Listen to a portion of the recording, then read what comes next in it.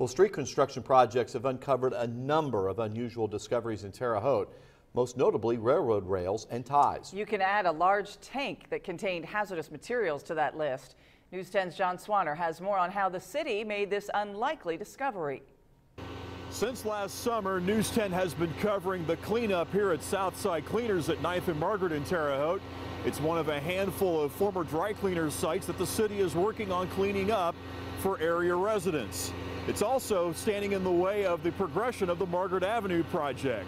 What's holding things up here? A 9-foot underground storage tank. How did you guys find this tank? Pure accident.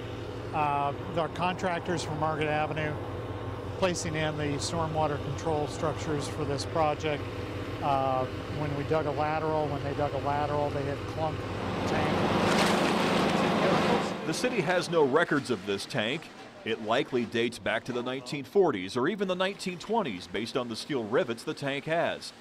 The city hired an environmental management contractor to remove some contents from the tank. I call it a chemical stew because it not only has dry cleaning fluids in it, it's got some oils and some other solvents in it, even some pesticides and some herbicides. Without the accidental discovery of this tank, it would have otherwise been buried under asphalt, which could have posed more serious problems for the city.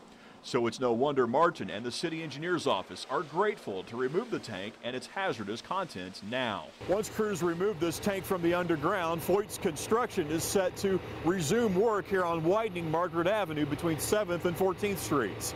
And you'll see them doing work here throughout the 2015 construction season. With photojournalist Tony Casasilla, I'm John Swanner, News 10, back to you. Now, once removed, the city will test the soil that surrounded the tank for contaminants. If the soil is contaminated, it'll be removed before backfill soil is added.